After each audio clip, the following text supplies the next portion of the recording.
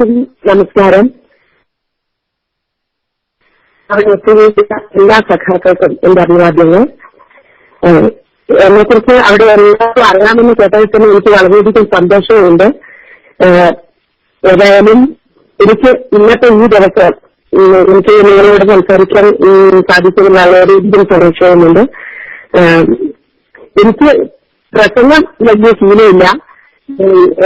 കാരണം ഞങ്ങളെപ്പോലുള്ള നാടക കലാകാരികൾക്ക് പൊതുവേദികൾ കിട്ടാറില്ലായിരുന്നു.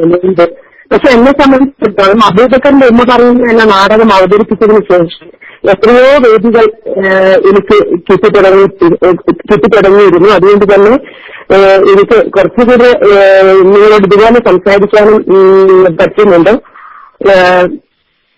ഞാൻ എന്റെ അനുഭവങ്ങൾ നിങ്ങളുമായി പങ്കുവെക്കാം. അതായിരിക്കും കൂടുതൽ ഉണ്ടാവുക എന്ന് എനിക്ക് തോന്നുന്നു. 30 വർഷമായിട്ട് ഞാൻ ഈ നാടക രംഗത്തുണ്ട്. എന്റെ 16ാമത്തെ വയസ്സിനായിരുന്നു ഞാൻ നാടകരംഗത്തേക്ക് വന്നത്. ഞാൻ നാടകരംഗത്തേക്ക് വന്നത് നാടകത്തെ കുറിച്ച് ഒന്നും അറിയാത്ത ഒരു കാലഘട്ടമായിരുന്നു. ചെറുപ്പം മുതൽ ഞാൻ നൃത്തത്തിനോടായിരുന്നു കൂടുതൽ താല്പര്യം. ഞാൻ പഠിച്ച എന്റെ സ്കൂളില് ഹെഡ് ടീച്ചറായിരുന്നു എന്നെ ഡാൻസും നൃത്തവും ഒക്കെ പഠിപ്പിച്ച് എന്നെ ഒരു നല്ലൊരു കലാകാരിയാക്കിയത്. വളരെ കഷ്ടത നിറഞ്ഞൊരു ചുറ്റുപാടിലായിരുന്നു ഞാൻ തിരിച്ചു വളർന്നത്. അതുകൊണ്ട് തന്നെ വലിയൊരു നിലയിലെത്താൻ എനിക്ക് കഴിഞ്ഞിരുന്നില്ല.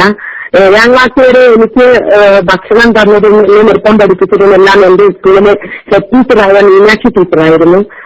ടീച്ചർ 7ാം ക്ലാസ് കഴിഞ്ഞ് ഹൈസ്കൂളിലേക്ക് പോകുമ്പോൾ ടീച്ചർ എന്റെ തലയിൽ കൈവച്ച് അനുഗ്രഹിച്ച് പറഞ്ഞത് നീ വലിയൊരു കലാകാരി ആവണം, എന്നിട്ട് നീ നിന്റെ കുടുംബത്തെ സംരക്ഷിക്കണമെന്നായിരുന്നു. അതുപോലെ തന്നെ ടീച്ചർ എന്നെ അനുഗ്രഹിച്ചതുപോലെ തന്നെ ഞാൻ നാടകരംഗത്തേക്ക് വന്നു. നാടകരംഗത്തേക്ക് വന്നതിന് ശേഷമാണ് ആ ടീച്ചറിനെ കുറിച്ച് കൂടുതലായിട്ട് അറിയാൻ എനിക്ക് കഴിഞ്ഞത്.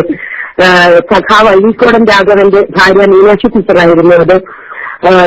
ഇന്നും ഞാൻ ഹൃദയപൂർവ്വം ചേർത്ത് പിടിക്കുന്ന ഒരു സ്ത്രീയാണ് അവരെ ഞാൻ ഇന്നും ഏറെ സ്നേഹത്തോടെയും ബഹുമാനത്തോടെയും എന്റെ മനസ്സിൽ ഞാൻ സൂക്ഷിക്കുന്നു.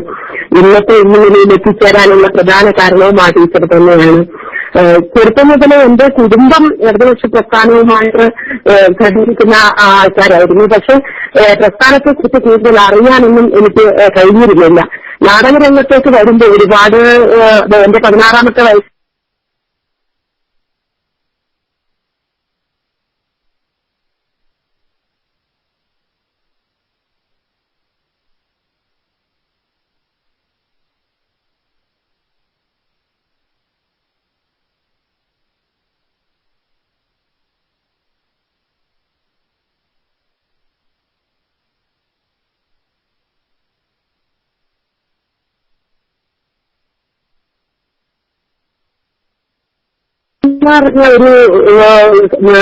ഒരു ചുറ്റുപാടിലായിരുന്നു ഞാൻ വളർന്നു വന്നത്.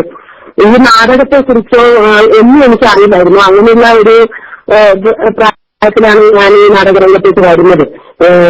അപ്പൊ നാടകരംഗത്തേക്ക് വന്ന് ആദ്യത്തെ പ്രതിഫലം കിട്ടിയപ്പോൾ തന്നെ ഞാൻ എന്റെ അമ്മയെ ഏൽപ്പിച്ച് അന്ന് മുതൽ എന്റെ അമ്മയെ ഞാൻ ഇത്തരം മണിക്ക് പോകാതെ സംരക്ഷിക്കുകയായിരുന്നു.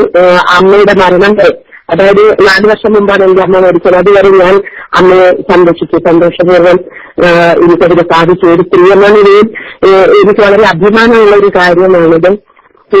അപ്പോൾ നാടകരംഗത്തേക്ക് വരുമ്പോ ആ കാലഘട്ടത്തിൽ, അതായത് 82-ലാണ് ഞാൻ നാടകരംഗത്തേക്ക് വരുന്നത്. ആ സമയത്ത് ഒരു പെൺകുട്ടി നാടകത്തിൽ അഭിനയിക്കുന്ന സമയത്ത് നമ്മുടെ ചുറ്റുപാടുള്ള ആൾക്കാർ വളരെ പരിഹാസത്തോടെയും അവജ്ഞയോടെയൊക്കെ കാണുമായിരുന്നു. പക്ഷെ അതിനെ തിരിച്ചറിയാനുള്ള ഒരു പ്രായമായിരുന്നല്ലോ എനിക്ക്.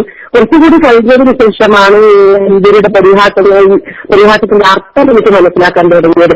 പക്ഷെ അന്ന് മുതൽ ഞാൻ നാടകരംഗത്തേക്ക് വന്ന അന്ന് മുതൽ ഞാൻ ബന്ധപ്പെട്ട് തുടങ്ങിയത് ഇടതുപക്ഷ പ്രസ്ഥാനവുമായി ബന്ധപ്പെട്ട കലാസമിതികളിലായിരുന്നു ഞാൻ നാടകം അവതരിപ്പിച്ചുകൊണ്ടിരുന്നത്. അതുകൊണ്ട് തന്നെ നല്ലൊരു സുരക്ഷിത ബോധം എനിക്ക് ഉണ്ടായിരുന്നു.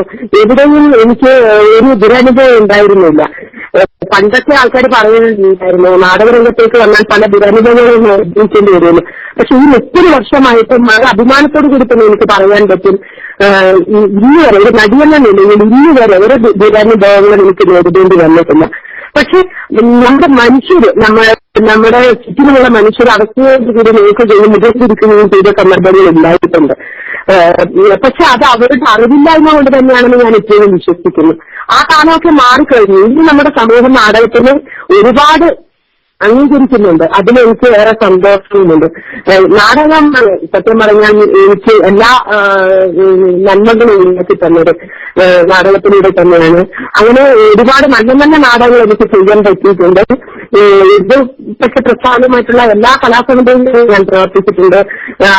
അതിനുശേഷമാണ് 2002 നമ്മുടെ കണ്ണൂർ ജില്ലയിലെ തെരഞ്ഞെടുപ്പ് പ്രചരണാർത്ഥമായിരുന്നു ഞാനിപ്പോ ചെയ്തുകൊണ്ടിരിക്കുന്ന അബൂബക്കറിന് ഉമ്മ പറയുന്ന ഒരു നാടകം 30 പേർ ചേർന്ന് തെരുവ് നാടകമായിട്ട് കരുവന്നൂർ മുരളിയേട്ടൻ രചനയും സംവിധാനവും നിർവഹിച്ചു. ഞങ്ങൾ കണ്ണൂരിലുള്ള പ്രശസ്തരായ പല കലാകാരന്മാരും അണിനിരത്തിക്കൊണ്ട് ഞങ്ങൾ 100ഓളം സ്ഥലങ്ങളിൽ തെരുവിൽ ഞങ്ങൾ ഈ നാടകം അവതരിപ്പിച്ചു.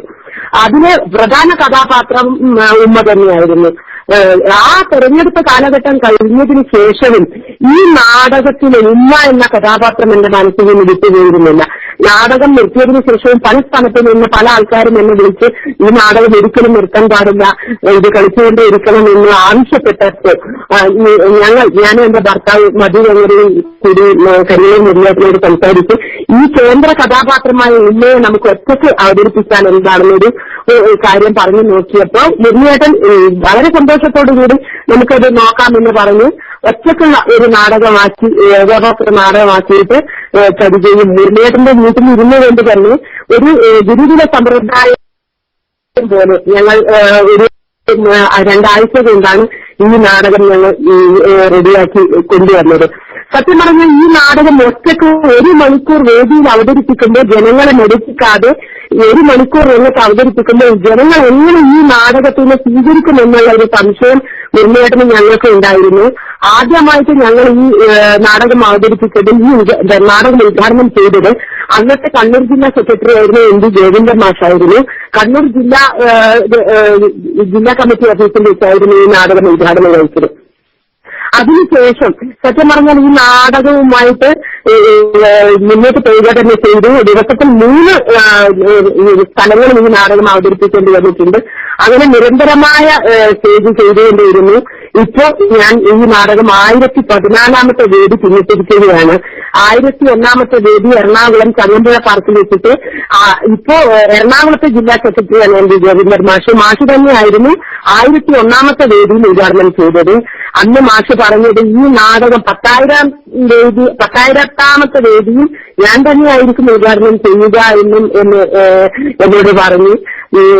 സത്യം പറഞ്ഞ ഒരു വലിയ കലാകാരി എന്ന നിലയിൽ എന്നിൽ വന്നു ചേർന്ന ഒരു ദൗത്യമായിട്ട് തന്നെ ഞാൻ ഈ നാടകത്തെ ഏറ്റെടുക്കുകയാണ്. പല നേതാക്കന്മാരും പ്രസംഗവേദിയിൽ വെച്ച് പറയാറുണ്ട് സന്ദേശസ്മരണ എന്ന ബുക്ക് വായിക്കണം. പക്ഷെ ഇന്ന് കേരളത്തിനകത്തായാലും പുറത്തായാലും ഇപ്പൊ കുവൈറ്റിൽ വരെ ഞാൻ ഈ നാടകം അവതരിപ്പിച്ചു. അവിടെ എവിടെയായാലും കയ്യൂർ സമരത്തെ കുറിച്ച് പറഞ്ഞു നടക്കുന്നത് ഇന്നത്തെ തലമുറക്ക് ആ അറിവ് പകർന്നു കൊടുക്കുന്നത് രചിത മധുവാണ്. അത് സത്യം പറഞ്ഞാൽ